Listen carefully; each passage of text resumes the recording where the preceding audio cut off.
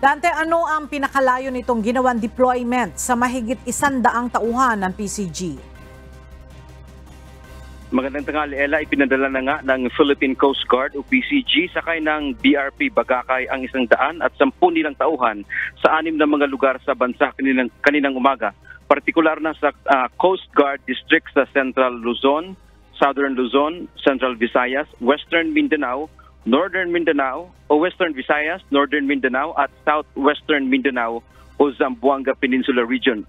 Ayon kay Marsleg Commander, Coast Guard Vice Admiral Robert Patrimonio, ito ay mga kritikal na lugar, Ella, dahil sa mataas na kaso o krimen tulad na lamang ng human trafficking. Wala namang ipinadala sa bahagi ng West Philippine Sea. Paliwanag ng opisyal, ang focus naman kasi dito sa kanilang ginawa ay domestic o lokal na mga isyu, kasama na rito ang illegal fishing.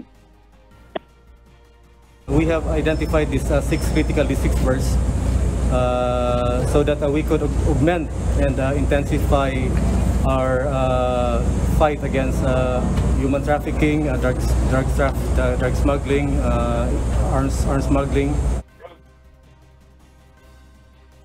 Ang mga PCG personnel na ito, Ella, ay bahagi ng Maritime Security Law Enforcement Group o MARSLEG na naatasang magbantay, magpatupad ng mga batas, palatuntunan para palakasin ang security law enforcement sa sea transport at maritime infrastructure sa bansa.